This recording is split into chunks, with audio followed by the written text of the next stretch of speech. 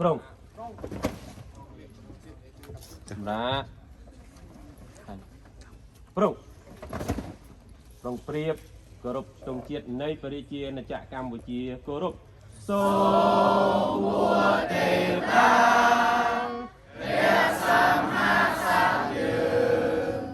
ឲ្យបានរុងរឿងដល់ចេញគលស្រីសួស្ដីយើងខ្ញុំព្រះអង្គសូមជ្រកក្រោមលោកព្រះបាទរមីនៃព្រះរំដីវងសក្តានុសក្រាសាថ្មក្រមតែងខ្មែរបុរាណកាលរាសាសីឡាកំបានកំដាលត្រី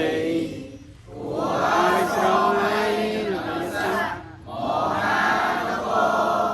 ជាតិខ្មែរដូចមកពងវងនៅអរំពឹងជុំហោយើងសូមខំពោព្រះសម្ដេចរបស់កម្ពុជាមហារដ្ឋកើតមានយូរអង្វែងហើយក្រុមវត្តអារាមឬតែសូរស័ក្តិធម៌សូមឲ្យអង្គរតគុណពុទ្ធសាសនាចូលយើងជាអ្នកជឿជាក់ស្មោះស្ម័គ្រតាមបែបដូនតាគង់ใจទេវតានឹងជួយជួយពុទ្ធប្រយោជន៍ឲ្យដល់ប្រទេសខ្មែរជាមហានគរខ្មែរអើយចូលចាំចាំថាតាមសង្សារតាបញ្ចាំងប្រាប់ថាពូជខ្មែរកាទឹកដីខ្មែរធំទូលំទូលាយសពសាយរុងរឿងគេឯងតែងលើកដំកើងប្រាប់ដល់ជាតិយើងចាំទុំឲ្យជាធំហើយតពងពួយឆាឆាយបានចាញ់សពសាយគ្រប់ទិសទាំងឡាយចង់មកពីសង្សារសើបាំងចំបានវិចិត្រគុំមិនសង្សារដំរីទស្សនវិជ្ជា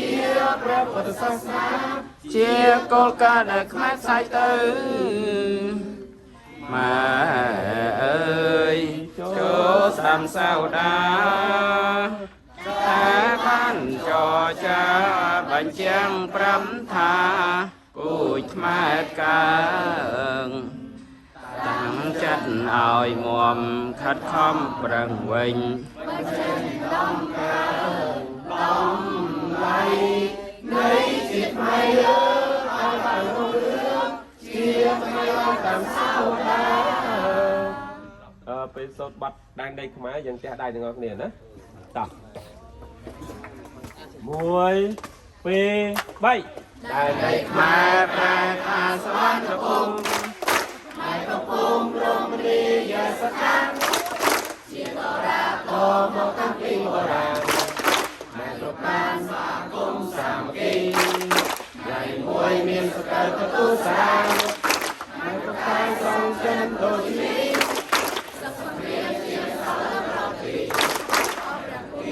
ពីរងគង់ជាកម្ពុជាឯករាជ្យនៃកុំសូមព្រះអង្គប្រមាសូមទេវតាឲ្យមកសាធុការសម្រាប់ព្រោះដោះមកកូនបងដោះមកអ្នកកាន់តួងដោះមកទី